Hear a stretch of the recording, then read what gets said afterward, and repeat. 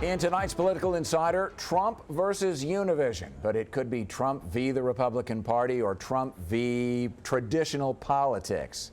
This week, GOP presidential candidate Donald Trump told Jorge Ramos to go back to Univision. The exchange happened in a news conference in Dubuque, Iowa. Here's a bit of it. Okay, who's next? Yeah, please. Excuse me, sit down. You weren't called. Sit down. Sit down. Sit down. Go ahead. No, you don't. You haven't been called.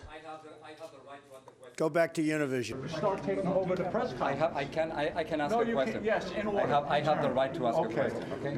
When you have that turn. I have the right to ask a question. For more, we're joined by Ben Kamisar, a staff writer for The Hill. Ben, good to have you with us. Thanks, good to be here. Have we ever seen anything like this before? No, I mean, we really haven't, and that's been what's been repeated over and over again, is that his rise in the polls is unlike anything we've seen. You've seen people sort of enter the race and shoot up the polls, but it's been a little bit predicted. I mean, no one has had this dominance so far on the polls. It's early, though. Jorge Ramos is arguably the most important Spanish-speaking journalist in this country, perhaps in North and South America. And for Donald Trump to throw him out of his news conference yesterday, I mean, I can't imagine Richard Nixon ever throwing Walter Cronkite out of a news conference, but I don't think that comparison is strained. This is an important guy that he treated pretty badly for a while until he said, yeah, come on back in and we'll talk. No, he's certainly an important figure in media. He's well respected in both Hispanic and Hispanic and English media. I mean, sort of what cuts here is his feud with Univision, which you alluded to earlier. He's suing the Univision for, I think it's $500 million? $500 million for failing to carry the Miss Universe pageant that they were supposed to. And that comes after, and that was in response to the controversial comments that Trump made on immigration and immigrants in general. So this is really just another piece of that playing out. I think what happened last night, too, is instructive about Donald Trump and how he has this. They used to worry about Ronald Reagan shooting from the hip.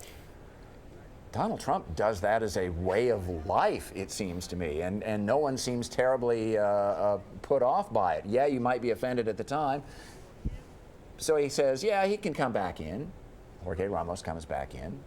He answers a couple of questions from him, and all is forgiven.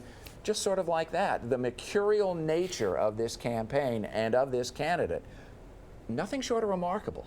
No, it really is. And some people have sort of said, well, how is this going to impact his standing with Hispanic voters? Is this going to deepen that rift? I mean, he really doesn't have too much further to fall when it comes to Hispanic voters. There's a Gallup poll from yesterday that had him at about, I think it was -50 net favorability rating. So this really, at this point, nothing really is going to hurt him with Hispanics any more than it's already has. And the hardest thing is to put some perspective on this, because we'll probably launch onto something later on this week or maybe into the next weekend, the next big thing in the Trump campaign, and the Jorge Ramos affair will be all forgotten.